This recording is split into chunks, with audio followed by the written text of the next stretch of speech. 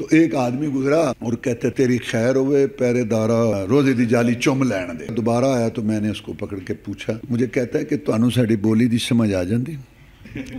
میں کہا میں بھی ادھر دا ہی ہاں تے تانوں اے سمجھان واسطے اے گل کر رہے ہیں. حج کے دنوں میں میری ڈیوٹی لگتی تھی رسول اعظم کی قبر مبارک پر, وہاں پہ بڑے عجیب عجیب واقعات ہوتے تھے. تو ایک دن میں کھڑا تھا, ویسے ہم پاکستانی لباس پہنتے تھے لیکن اس وقت ہم عربی لباس پہن کے کھڑے ہوتے. تو ایک وہاں سے آدمی گزرا, اب تو انہوں نے اچھا انتظام کر دیا, آگے قرآن مجید کی الماریاں لگا دیں, طواف کی شکل بن جاتی. تو ایک آدمی گزرا اور کہتے تیری خیر ہوئے پہرے دارا روزے دی جالی چم لین دے. وہ جب گزر گیا دوبارہ آیا تو میں نے اس کو پکڑ کے پوچھا کہ اگر آپ درود شریف پڑھیں 10 نیکیاں لکھی جائیں گی, 10 درجے بلند ہوں گے, 10 گناہ معاف ہوں گے, یہ کیا آپ یہ اس طرح کے کر رہے ہیں. مجھے کہتا ہے کہ تانوں ساڈی بولی دی سمجھ آ جاندی.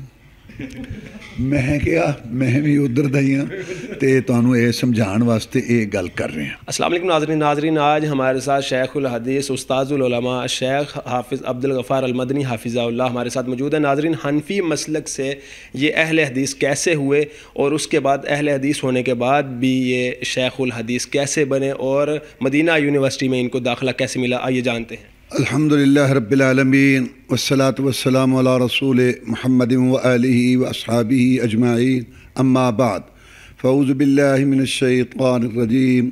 الحمدللہ الذی ہدانا لہذا وما كنا لنہتدی لولا ان ہدانا اللہ. عن معاویہ رضی اللہ تعالی عنہ قال قال رسول اللہ صلی اللہ علیہ وسلم من یرد اللہ بہ خیرا یفقہہ فی الدین. تمام تعریفیں اس اللہ تعالیٰ کے لیے ہیں جس نے ہمیں ہدایت دی. اگر اللہ ہمیں ہدایت نہ دیتا تو ہم ہدایت نہ پاتے. امیر المومنین جناب معاویہ رضی اللہ تعالیٰ روایت کرتے ہیں کہ جناب محمد الرسول اللہ صلی اللہ علیہ وسلم نے ارشاد فرمایا کہ جس آدمی کے ساتھ اللہ بھلائی بہتری کا ارادہ فرماتے ہیں اس کو اپنے دین کی سمجھ دے دیتے ہیں. بنیادی طور پر میرا خاندان جو ہے وہ بریلوی مسلک سے تعلق رکھتا ہے. مجھے داخل کرایا گیا بریلوی مدارس کے اندر حفظ کے دوران اور کچھ تعلیم کے دوران تاکہ یہ بریلوی رہے. میں داخل ہوا بریلوی مدارس میں پڑھتا رہا, لیکن جب سے میں نے شعور سنبھالا تو اللہ تعالیٰ کی طرف سے میں نے بریلوی مسلک کو ذہنی طور پر قبول نہیں کیا. اگرچہ میں اس میں پڑھتا رہا ہوں لیکن میرے ذہن نے قبول نہیں کیا. اس کے بعد میں دیوبندی مدارس میں پڑھا, اس میں البتہ میں نے دیوبندی مسلک کو قبول کر لیا. دیوبندی علماء خطباء جو مشہور تھے میں ان کی تقاریر سنا کرتا تھا اور میں تقریباً یعنی بالکل اپنے طور پہ میں نے دیوبندی مسلک قبول کر لیا اور اس کو اپنے لیے صحیح سمجھا. آگے زیادہ تعلیم حاصل کرنے کے لیے میرے ایک رشتہ دار ہیں اور وہ میرے تاذاد بھائی ہیں قاری شاہ محمد ربانی صاحب. اللہ تعالیٰ ان کو جزائے خیر دے, اللہ تبارک و تعالیٰ ان کی حفاظت فرمائے.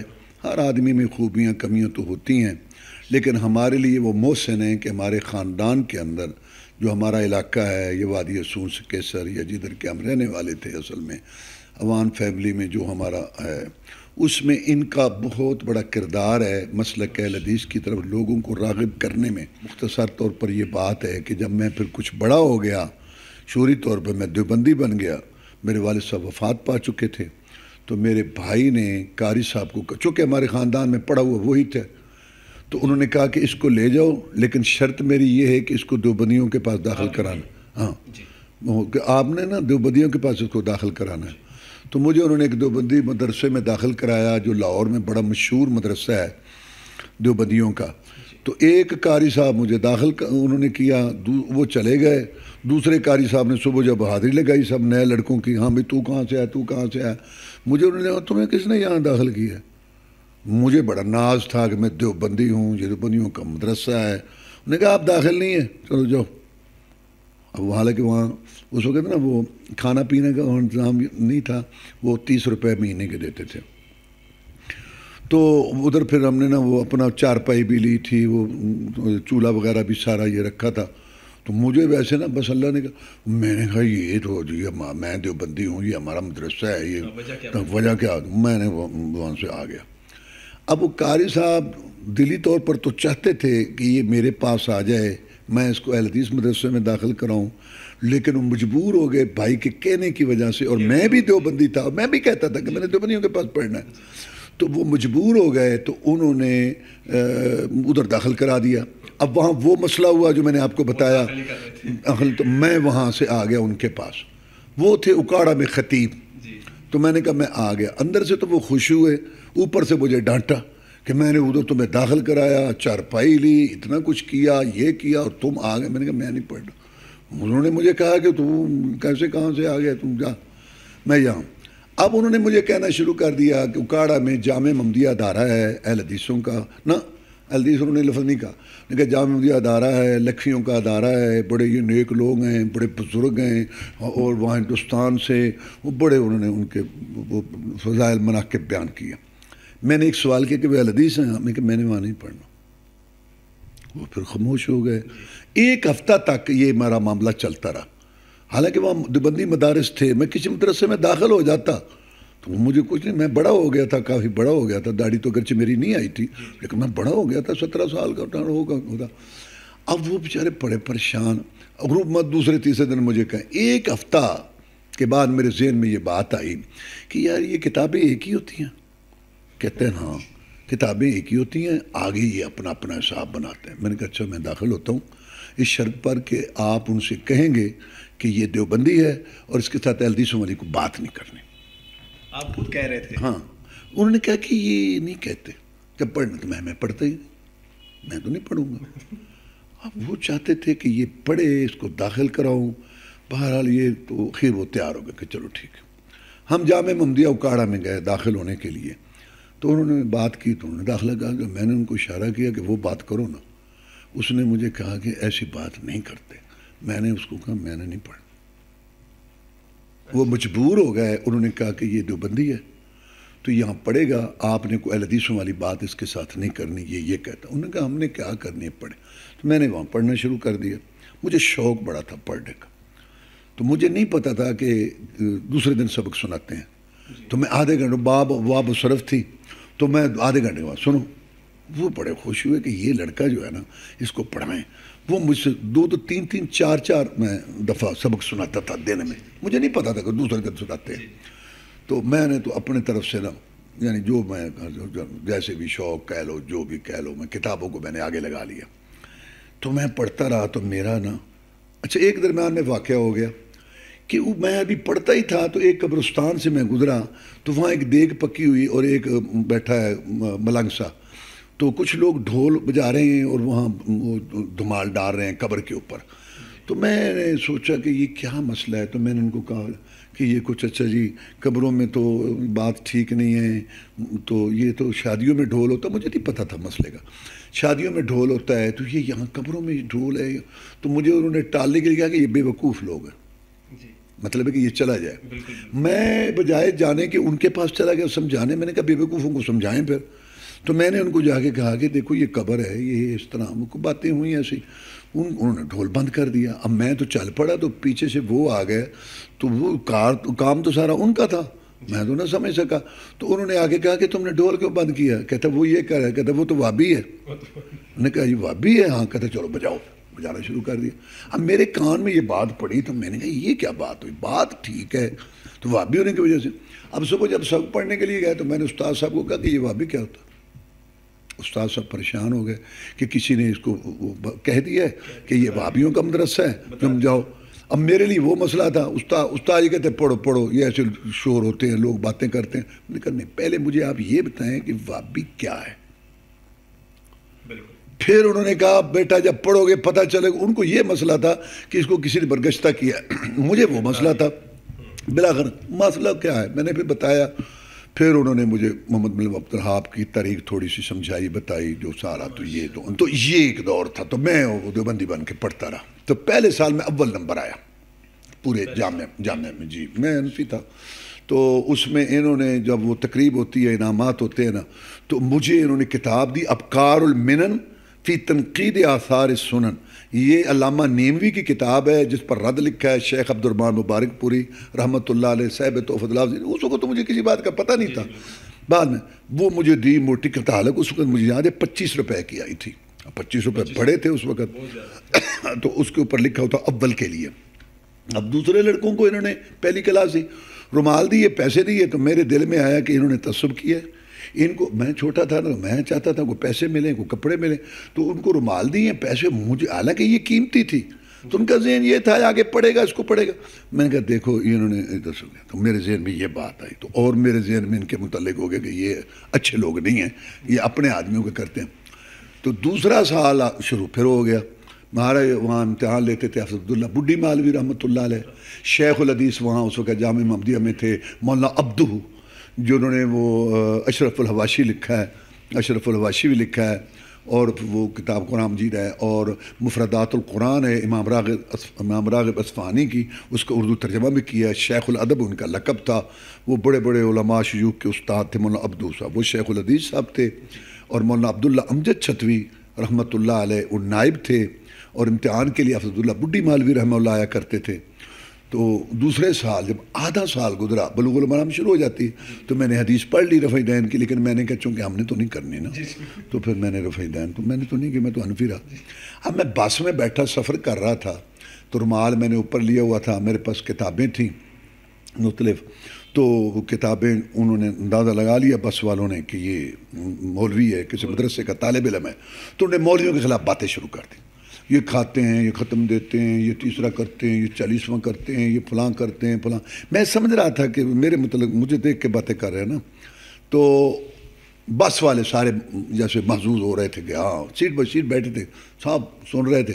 اب میں بیٹھا، جب اس نے بات ختم کی نا، تو میں نے اللہ تعالیٰ معاف فرمایا اس کو گالی دی. میں نے اس کو گالی نکالی. وہ گاؤں میں تو گالی دینے کو مسئلہ ہی نہیں تھا. تو اس کو بڑی حیرانگی ہوئی کہ یہ تو مجورہ سا، اس نے تو بولنا ہی نہیں تھا. طالب علم تو بولتے ہی نہیں، کیونکہ مدارس میں جو یہ قبر پرستوں کے مدارس ہیں نا، ان میں غیرت مسخ کر دی جاتی ہے. یہ میرا تجربہ ہے، میں نے دیکھا ہے کہ وہاں 10 طالب علم ہوتے ہیں، اللہ تعالیٰ ان لوگوں کو، سارے نہیں لیکن اکثر 10 طالب علم ہوتے ہیں، مسجد کی 20 دکانیں، اتنی آمدن ہے، لیکن بچوں سے وہ روٹی منگواتے ہیں. غیرت مسخ ہو جاتی. جبکہ میں نے حدیثوں میں دیکھا الحمدللہ اتنا سال عرصہ ہو گیا کہ یہ مناظم متمم جو ہے، اللہ اس کو جزائے خیر دے، وہ باہر سے جیسے بھی منت اللہ کر کے اکٹھے کرتا ہے، 4 دیواری میں کھانا ملتا ہے الحمدللہ. وہ مرچ سے دے، وہ سادہ دے، جیسے یہ میں نے دیکھا. تو ان میں تو پھر بات ہے اس میں. تو جب میں نے اس کو گالی، تو بڑے بس والے بھی بڑے حیران ہوئے. تو پھر کہتے ہوئے تو نے مجھے گالی کیوں نکالی؟ تو میں نے اس کو ایک اور گالی نکالی. تو وہ کہتے کیا مطلب؟ میں نے کہا مطلب یہ ہے کہ ہم نے ان کے خلاف جہاد شروع کیا ہوا ہے کہ لوگ بھی گھر سے کھائیں، آپ بھی گھر سے کھائیں. تو آپ ان کے پاس ابھی تم رو گے، چیخو گے، تمہاری نسلیں چیخیں گی، تم یہ کہ میں نے ایسی باتیں کی. اس نے مجھے پھر دیوبندی سمجھا، اور صحیح سمجھا. میں دیوبندی تھا. آپ خوش ہو گئے؟ میں تو خوش ہو گیا، لیکن اس نے پھر مجھے تانا دیا. اس نے کہا تمہارا بھی کوئی حال نہیں ہے. فتاوی رشیدیہ میں لکھا ہے کہ کوا کھانا جائز ہے. اس نے مجھے دیوبندی سمجھا، اور میں واقعی دیوبندی تھا. اس میں کوئی جان. میں پریشان ہو گیا کہ پہلے میں اس پہ گفتگو میں غالب آ گیا، پہلے میں حاوی تھا، حاوی، اب یہ مجھ پہ ہو رہا ہے. تو اب مجھے پتہ تو نہیں تھا فتاوی رشیدیہ کا، تو میں نے گیس لگایا کہ یہ مولانا رشید احمد گنگوہی جو ہے نا ہمارے بڑے، یہ ان کے وہ کہہ رہا ہے. تو میرے ذہن میں وہ گاؤں والی ہماری بات ہے، جیسے وہ برادری کا ذہن یا خون تھا کہ کانڈ نہیں لگنی چاہیے. پہلے میں حاوی ہو گیا، اب یہ. تو میں جانتا تھا حدیثوں کو، پڑھتا تھا. تو میں نے وہاں سے نا وہ کیا اس کو کہتے ہیں کہ تبدیلی اپنے اندر محسوس کی، لایا. میں نے کہا یہ تو مجھے لے دے کے گئے. میں نے کہا تھوڑا سا اوپر میں نہیں جانتا فتاوی رشیدیہ کو. میں اس وقت میں نے اس میں تبدیلی ہاں. تو میں نے کہا فتاوی رشیدیہ کو میں نہیں کچھ جانتا. اس نے کہا ہاں. میں نے کہا تھوڑا سا اوپر. وہ حیران ہو کے کہتا ہے اوپر. میں نے کہا، کہتا اس نے ایسے اشارہ کیا. او میں کیا ہاں کہ میں اتنا خوش ہوا کہ یہ مسلک تو ہوا. پھر اب مجھے وہ شعر یاد آتے ہیں، جدے کول قرآن حدیث ہوئے ادی قسمت دی کیا ریس ہوئے، جدے کول قرآن بخاری ہے ادے کول تے دولت ساری ہے. اگے ایک اور شعر ہے وہ مینوں نہیں آندا، وہ ایک مصرع ہے، مرد دا میدان ہوا. اور آج کل میں تقاریر میں ایک جملہ کہا کرتا ہوں کہ لڑنا نہیں ہوتا کسی سے، لیکن گفتگو سنجیدگی سے دلائل سے کریں. 100 سپریم کورٹ کا جج بھی ہو نا، اس کے پاس انشاءاللہ ہمارے قرآن کی روح سے جو دلائل ہیں اس کا جواب نہیں. تو میں تب آپ کے ذہن میں آ گیا کہ میں اہل حدیث ہو چکا ہوں. ہاں میں ہو گیا نا. میں نے کہا بھئی یہ تو مجھے لے دے گئے, یہ تو میں تو پھر چپ. تو اس کے بعد جب میں نے یہ بات کی تو اس نے کہا تمہارے ساتھ ہماری بات نہیں ہے. لوگوں کو کہا جو بس والے تھے کہ یار یہ لوگ جو ہے نا یہ اللہ رسول کی بات مانتے ہیں, یہ سیدھے مانتے ہیں, ان کا کوئی نہیں ہے. تو میں نے 4 گھنٹے کا سفر فاتح کی حیثیت سے کیا. سبحان اللہ, ماشاءاللہ. سب لوگ جو پہلے میرے متعلق باتیں کر رہے تھے نا, مجھے دیکھ کے تو مذاق, اور سب نے مجھے عزت سے دیکھنا شروع کیا. 4 گھنٹے میں نے فاتح کی حیثیت سے سفر کیا. بڑا میں خوش ہوا. میں نے کہا مسلک تو ہوا نا. پھر میں واپس جب آیا تو پھر میں نے اللہ سے معافی مانگی. شاید میں 2 رکعتیں بھی پڑھی ہوں گی. تو پھر میں نے حدیث پہ عمل کرنا شروع کر دیا. اس کے بعد تدریس اور خطابت کا آپ نے آغاز کب کیا اور کیسے کیا؟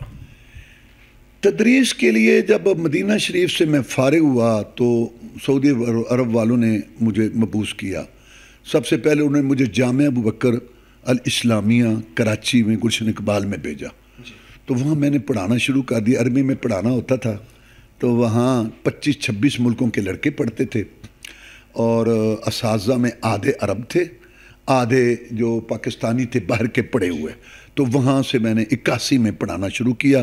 7 سال میں نے وہاں پڑھایا. پھر اس کے بعد میرا تبادلہ ہو گیا ستیانہ بنگلہ میں.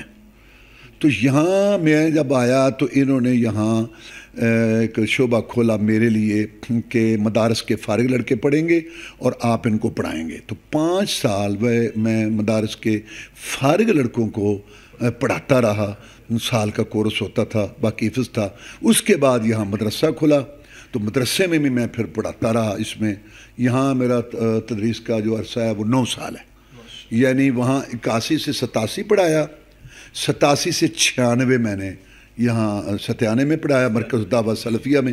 96 سے میرا تبادلہ اکاڑے میں ہو گیا جامعہ محمدیہ میں. تو جب میں وہاں پڑھانے گیا تو اس وقت تو اتنا نہیں ہوا, لیکن جب بڑے شیخ فوت ہو گئے تو کبرانی موت الکبرا, عربی والے کہتے ہیں کہ بڑے مر گئے پھر ہم بڑے ہو گئے. تو مولانا محی الدین لکھوی رحمۃ اللہ علیہ نے فرمایا میرے لیے اعزاز ہے کہ عبدالغفار بخاری پڑھائے. تو جب میرے سامنے بخاری آئی میں بیٹھا تو میں بڑا رویا. میں نے کہا اس ادارے میں تو میں داخل ہوا تھا اس شرط کے ساتھ کہ میں اہل حدیث نہیں ہوں گا اور میرے ساتھ اہل حدیثوں والی کوئی بات نہ کرے, یہ کیا ہے؟ میں نے کہا یا اللہ تیرا شکر ہے, اما بنعمت ربک فحدث. اللہ کہتا ہے میری نعمت بیان کیا کرو. تو میں نے اس لیے یہ بات بتائی کہ اللہ تعالیٰ نے پھر مجھے اب میں 96 سے اب 21 جا رہا ہے تو میں وہاں بخاری شریف یعنی کہ وہ شیخ صاحب کا پڑھاتا تو 96 سے ہوں, لیکن بخاری شریف شیخ صاحب کے مرنے کے بعد مجھے ملی. جی ماشاءاللہ. اچھا آپ کوئی خطابت بھی کر رہے ہیں؟ جی خطابت کا یہ اللہ تعالیٰ کا خاص احسان ہے. میں جو کچھ چھوٹا موٹا ہوں اتنا نہیں ہوں, میں گاؤں کا رہنے والا آدمی ہوں. یہ جب میں دیوبندیوں کے پاس پڑھتا تھا نا تو وہاں ایک جو ناظم تھے نا وہ ترجمہ پڑھاتے تھے, جن کے سپارے زیادہ ہوتے تھے نا 20-25 تو ان کو ترجمہ. اب ہم 3 لڑکے تھے تو میں ترجمہ کہلاتا تھا. تو ترجمہ کہلاتے نا میری جھجک اتر گئی تو میں کرتا. انہوں نے پھر مجھے نا یہاں کو فنکشن ہوتا نا تو کھڑا کرتے تقریر سنا. میں چھوٹا تھا, حفظ کرتا تھا, تو حفظ کے دوران میں تقریر کرتا تھا. اور عجیب بات ہے میں حیران, میں پڑھا ہوا نہیں ہے, اسکول کا نہیں پڑھا میں نے. تو میں بڑا حیران ہوا کہ میں اقبال کے شعر پڑھتا تھا اور اردو میں تقریر کرتا تھا. تو وہاں کے کالج کے لڑکے آ کے نا وہ اچھا وہ جو ہاں وہ حنفیوں کا طریقہ ہے نا دیوبندیوں کا بریلیوں کا کہ خطبہ سے پہلے تقریر کرتے ہیں. تو وہ مولوی صاحب خطبہ اذان کے بعد ہوتا ہے وہ دیتے تو مجھے کہتے تھے تو تقریر کر. پھر وہ مجھے لے جاتے تھے بڑے بڑے جلسوں میں کہ ہمارا لڑکا تقریر کرے گا. تو ان کو چندہ ہوتا تھا, متعارف کروایا نا. ہاں. تو یہ وہاں سے ہی سلسلہ. پھر میں دیوبندی جیسے آپ کو بتایا تو اس طریقے سے چلتے چلتے پھر مدینہ شریف میں گیا تو اللہ نے مجھے موقع دیا. میں مسجد نبوی میں درس دیتا رہا 4 سال. مجھے وہاں کرسی مل گئی تو مسجد نبوی میں 4 سال بیان کرتا رہا. اور جب میں مکہ میں آتا تھا عمرہ کرنے تو جہاں پاکستانی اردو والے مجھے نظر آتے میں وہاں جمعہ پڑھتا تو جمعے کے بعد کھڑا ہو جاتا پھر میں ادھر کرتا. پھر جب میں کراچی میں آیا تو وہاں الفاروق مسجد تھی تو مجھے شیخ ظفر اللہ صاحب تھے رحمہ اللہ جامعہ کے مدیر, انہیں کہا تم ادھر جمعہ پڑھاؤ. پھر میں نے ادھر جمعہ پڑھانا شروع کر دیا. جب میں ستیانہ بنگلہ میں آیا تو یہ گلستان کالونی فیصل آباد میں مسجد ہے تو پھر میں نے وہاں 1 سال خطابت کی. پھر علامہ احسان اللہ ادھئی رحمۃ اللہ علیہ شہید ہوئے 87 میں. تقریباً سال کے اندر اندر نا ایسے تو میرے پاس وہ ٹرسٹ والے آئے اور انہوں نے کہا شاید میں جمعہ وہاں میں نے پڑھایا تھا ایک، تو میں کہتا تھا میں گاؤں کا رہنے والا ہوں، میں اس قابل نہیں ہوں، بڑا مرکز ہے علامہ صاحب کا، تو خیر وہ پیچھے آتے رہے۔ تو ایک دفعہ قاری ادریس صاحب ہے لسوڑے والی، ماشاءاللہ بڑے شیخ القراء ہیں، ہمارے ساتھی ہیں، وہ ساتھ آئے، ان کو لے کے آئے، تو میں پھر انکار نہ کر سکا۔ ادھر سے حفظ اللہ صاحب باولپوری رحمہ اللہ، حفظیہ صاحب میر محمدی رحمہ اللہ، مولانا عبدالقادر ندوی رحمۃ اللہ علیہ، ڈاکٹر فضل اللہ صاحب برادر علامہ احسان اللہ رحمہ اللہ، کیونکہ جامع بکر میں بھی مجھے بھیجنے والے یہ ہیں ڈاکٹر فضل اللہ صاحب۔ تو انہوں نے مجھے کہا ہم نے آپ کو بھجوایا تھا نا جامع بکر میں، تو آپ کو عربی میں فائدہ ہوا۔ میں نے کہا اب میں تمہیں کہتا ہوں کہ تم ادھر آؤ۔ تو میں ان کے کہنے کی وجہ سے لارنس روڈ چلا گیا، تو میں اپنے آپ کو اس قابل نہیں سمجھتا تھا۔ 12 سال پھر میں وہاں خطیب رہا، پھر میں نے خود ہی وہ جگہ چھوڑی۔ پھر علامہ ابتسام صاحب اس وقت چھوٹے تھے، میرے پاس جمعہ پڑھتے تھے، بعد میں وہ خود بڑے ہو گئے مقرر، تو میں نے ان کے لیے وہ جگہ چھوڑ دی۔ تو میں چبرجی تیار ہو گئی تھی، تو پھر میں نے وہاں 1 سال جمعہ پڑھایا۔ تو اس وقت بڑے حافظ صاحب جو نظر بند تھے، پھر میں نے کہا حافظ صاحب آپ یہاں پڑھائیں، پھر کوئی ابراہیم مسجد میں۔ اس کے بعد اب مجھے تقریباً 21 برس ہو گئے ہیں، 22 برس۔ نعیم بادشاہ صاحب نے ایک مسجد بنائی ہوئی ہے اسٹیشن کے بیک سائڈ پہ، گھوڑے شاہ روڈ پر، مرکز علامہ احسان اللہ ظہیر لاہور میں۔ اب میں تقریباً 21-22 سال سے وہاں جمعہ پڑھاتا ہوں۔ ناظرین، مولانا شیخ عبدالغفار المدنی حافظہ اللہ ہمارے ساتھ موجود ہیں۔ ناظرین، حنفی مسلک سے کس طرح مسلک اہل حدیث میں آئے، انہوں نے ساری تفصیل آپ کے سامنے کھول کے رکھ دی، اور کافی مزاحیہ انداز میں بھی بیچ میں پوائنٹ آئے۔ اچھا ناظرین، ہم انشاءاللہ ان سے پوچھیں گے مسلک اہل حدیث میں آئے، اس کے بعد یہ مدینہ یونیورسٹی میں داخلہ ان کا کیسے ہوا۔ یہ بھی ظاہری بات ہے کہ ایک المیہ ہے کہ مطلب اور مسلک سے آ کے، مسلک اہل حدیث میں آ کے اس کے بعد وہ مدینہ یونیورسٹی میں داخلہ کیسے ہوا، آئیے ان سے جانتے ہیں۔ جامعہ احمدیہ اوکاڑا میں نے بتایا نا کہ میری تعلیم جو اہل حدیثوں کے پاس شروع ہوئی ہے جامعہ احمدیہ اوکاڑا میں، وہاں میں 3 سال پڑھا۔ پھر میں چلا گیا دادی جلال پور پیر والے میں، حضرت شیخ مولانا سلطان محمود صاحب رحمہ اللہ، حضرت مولانا رفیق اسری صاحب رحمہ اللہ، حضرت مولانا اللہ یار صاحب رحمۃ اللہ، یہ تینوں میرے وہاں استاد تھے۔ تو جب میں یہاں پڑھتا تھا نا جامعہ احمدیہ میں، تو وہاں ایک استاد صاحب تھے مولانا عبداللہ سعید، بہت اچھا۔ تو انہوں نے ایک دن پڑھاتے ہوئے کہا کہ ہر لڑکا کوئی نہ کوئی ٹارگٹ مقرر کر لے، اس پر پھر محنت کرے۔ میں نے ٹارگٹ مقرر کیا کہ میں نے مدینہ شریف جانا۔ یہ انہوں نے بات کی تو میرے ذہن میں بیٹھ گئی، تو میں بہرحال دعا کرتا رہتا تھا۔ یہاں سے جلال پور پیر والے میں بھی چلا گیا، وہاں سے میں فارغ ہو گیا، بخاری شریف پڑھ لی۔ خانقاہ ڈوگرہ ہے ایک، یہ شیخو پورہ ضلع میں، وہاں میں نے قرآن جی سنایا تھا، تو ان سے میرا تعارف ہو گیا، تو انہوں نے مجھے رمضان میں بلا لیا کہ تم ادھر رہو۔ میں فارغ ہو گیا تھا، ان کا ذہن یہ تھا کہ اس کو اپنے پاس اب رکھتے ہیں خطیب وغیرہ۔ تو میں رمضان میں بیٹھا، تو اللہ تعالیٰ کی نعمت بیان کرنی چاہیے، تو میں وہاں اعتکاف بیٹھا، تو میں نے 4 دعائیں کی۔ ایک دعا یہ کی کہ یا اللہ مدینہ شریف میں میرا داخلہ کرا دے۔ ایک دعا میں نے یہ کی کہ یا اللہ، یہ جامعہ سلفیہ اس وقت بہت عروج پہ ہونا شروع ہوا تھا، عرب اساتذہ آئے تھے اور یہ سارا، شیخ امان تھے رحمہ اللہ وہاں سے۔ تو میں نے کہا یا اللہ یہ بہت بڑا جامعہ ہے اہل حدیثوں کا، مجھے یہاں بھی پڑھنے کا موقع دے عرب اساتذہ سے۔ اور تیسرا میں نے کہا کہ یا اللہ مجھے مولانا سلطان محمود رحمہ اللہ صاحب سے بخاری شریف پڑھنے کا بہت لطف آیا ہے، میں نے دوبارہ ان سے بخاری شریف پڑھنی ہے، یا اللہ انتظام کر کوئی، لیکن میں نے جلال پور پیر والا میں نہیں جانا، روٹی تھوڑی ملتی ہے اور پانی کڑوا ہے، میں نے یا اللہ وہاں نہیں جانا۔ اور چوتھی میں نے دعا یہ کی کہ یا اللہ ایک اہل حدیثوں کے بہت بڑے عالم ہیں وہاں سندھ میں، حضرت سید بدیع الدین شاہ صاحب راشدی، ان کا بھی تعارف ہو، بڑا آدمی ہے، ان سے بھی کوئی استفادہ کا موقع کر دے۔ اب میں یہ 4 دعائیں کرتا تھا، تو شیطان میرے دماغ میں یہ بات ڈالتا تھا کہ مدینہ شریف ادھر ہے، جامعہ سلفیہ فیصل آباد میں ہے، مولانا سلطان محمود صاحب جلال پور پیر والا میں ہے، بدیع الدین شاہ صاحب سندھ میں، تو کیا، میں پھر اپنے آپ کو ڈانٹتا تھا کہ یہ تیرا کام نہیں ہے، تو اللہ سے دعائیں مانگ۔ تو میں نے وہ کہا میں یہ سمجھتا ہوں، بعد بھی موقع ملا کہ میری زندگی کا پہلا اور آخری اعتکاف تھا، جو میں اپنے طور پہ سمجھتا ہوں کہ اللہ کی طرف جو رجوع ہوا یا دعائیں۔ تو جب میں فارغ ہو کے وہاں سے عید پڑھا کے نکلا، تو میں ملتان آیا، تو مجھے وہاں پتہ چلا کہ حضرت مولانا سلطان محمود صاحب رحمہ اللہ 1 سال کے لیے جامعہ سلفیہ جا رہے ہیں۔ میں بڑا حیران ہوا بھی یہ کیوں جا رہے ہیں، تو میں پھر گیا جلال پور میں، جمعہ پڑھا، استاد جی جمعہ پڑھا رہے تھے، تو جمعے میں انہوں نے بتایا کہ میرے پاس آئے تھے جامعہ سلفیہ والے کہ مستقل تم ادھر شیخ الحدیث آ جاؤ. میں نے کہا نہیں، میں اس علاقے میں بیٹھا ہوں، پسماندہ علاقے میں، یہی ٹھیک ہے. انہوں نے کہا جی پھر 1 سال کے لیے آ جاؤ. تو میں نے ان کی بات مان لی ہے 1 سال کے لیے. میں 1 سال کے لیے جا رہا ہوں. جلال پور والوں پریشان نہ ہو، جیسے مکہ فتح ہوا تھا جناب محمد رسول صلی اللہ علیہ وسلم نے فرمایا تھا انصار کو، جب وہ پریشان ہوئے کہ اب یہاں رہیں گے، تو رسول اللہ صلی اللہ علیہ وسلم نے فرمایا تھا محیاکم والممات مماتکم. انصار مجھے وہ دن یاد ہے جب مجھے کوئی جو ہے بلانے کے لیے اپنے پاس رکھنے کے لیے تیار نہیں تھا. مجھے دن یاد ہے، میں یہاں انتظام کر کے چلا جاؤں گا.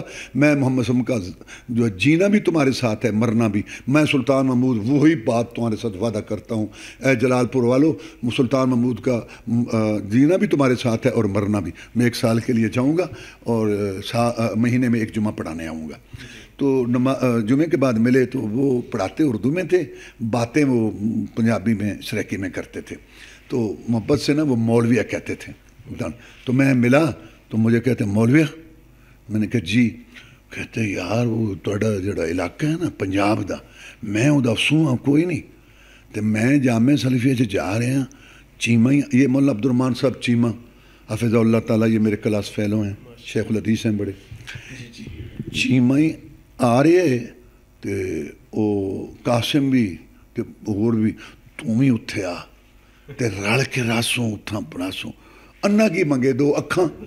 میں کہا جی میں بالکل وہاں آؤں گا.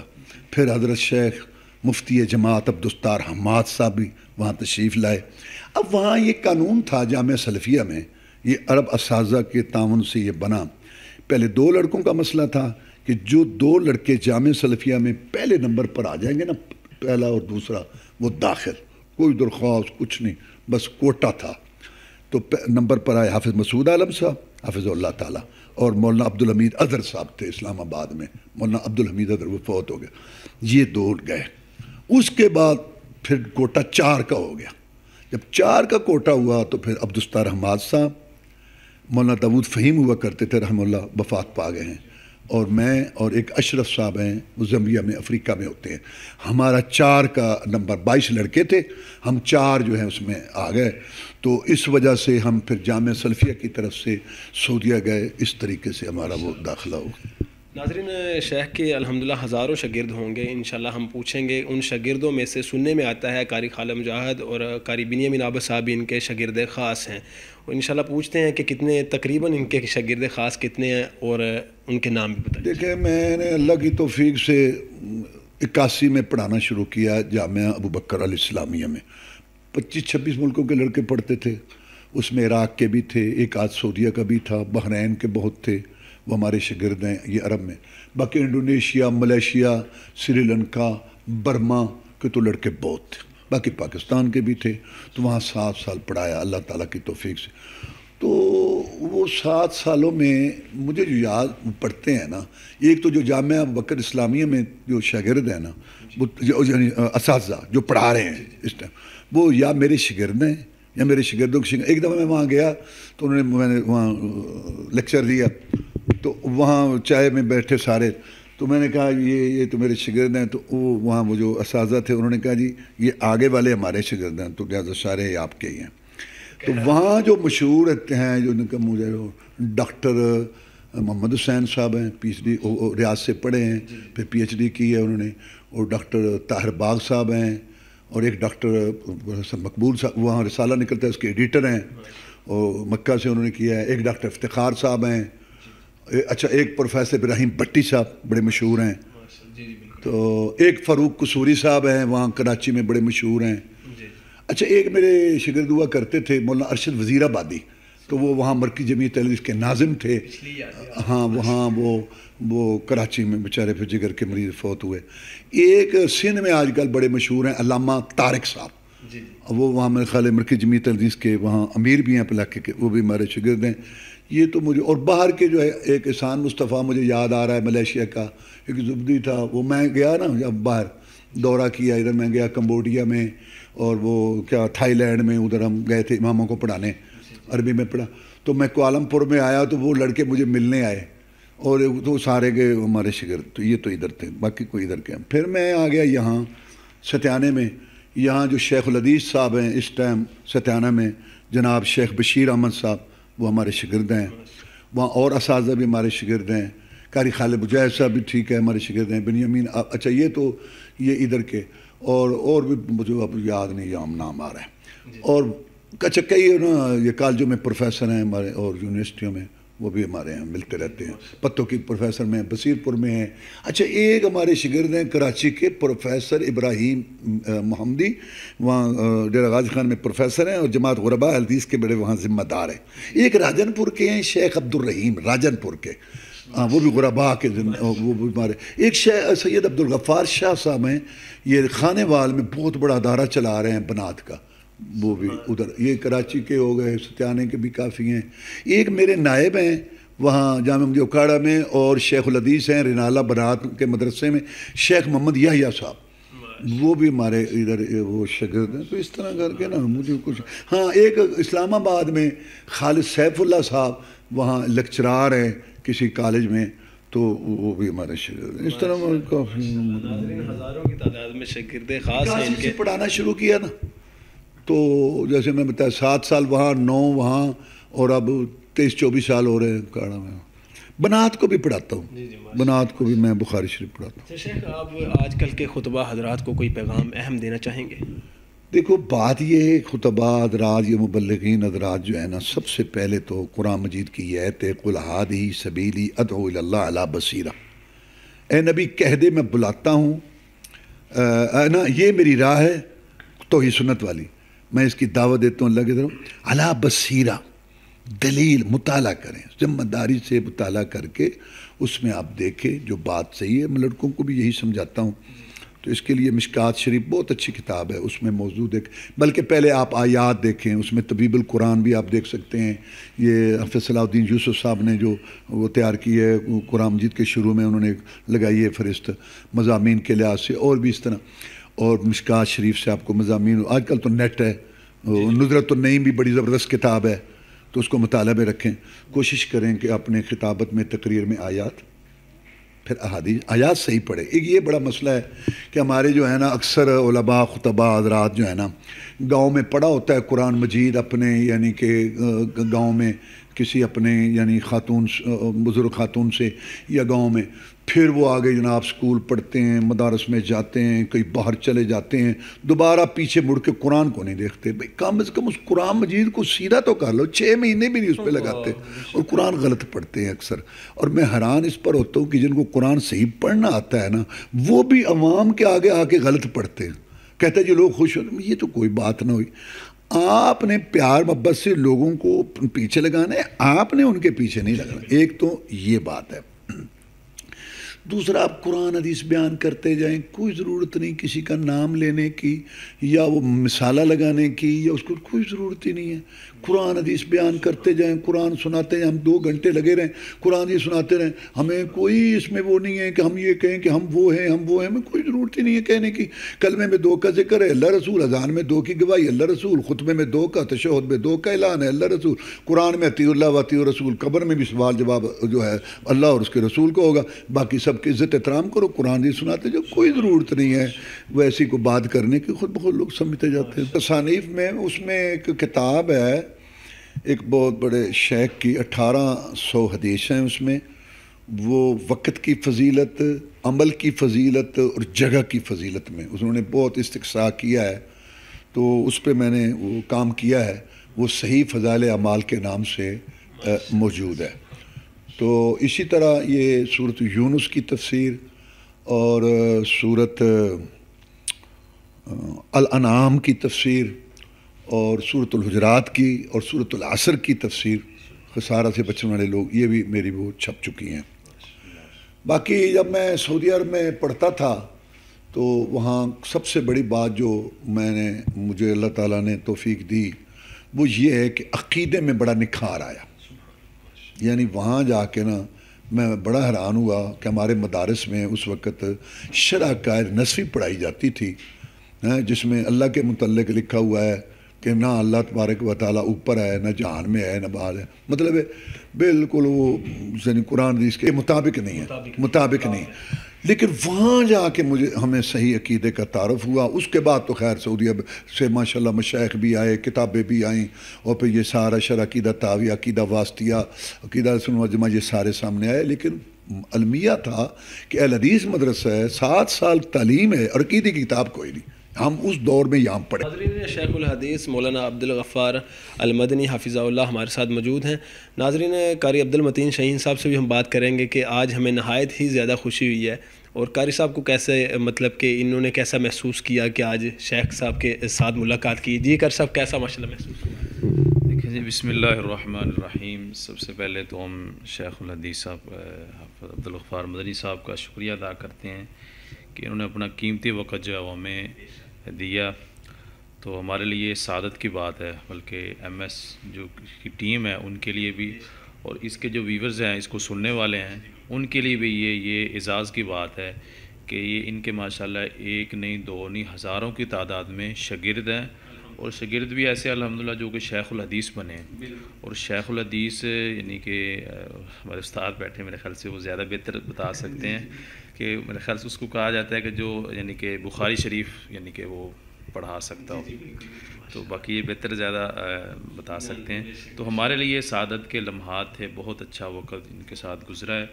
تو ہماری یہی کوشش ہوگی کہ انشاءاللہ آئندہ بھی ان سے انشاءاللہ بہت ساری ایسی چیزیں ہیں، اور ان کی جو کہانی ہے یہ شروع سے لے کے آخر تک، یہ اس میں بہت سارے سبق جو ہے وہ ہمارے لیے بھی ہے اور ناظرین کے لیے بھی ہے، کہ اور خطباء کے لیے جو انہوں نے اہم باتیں بتائی ہیں، تو وہ اہم پوائنٹ بتائے ہیں.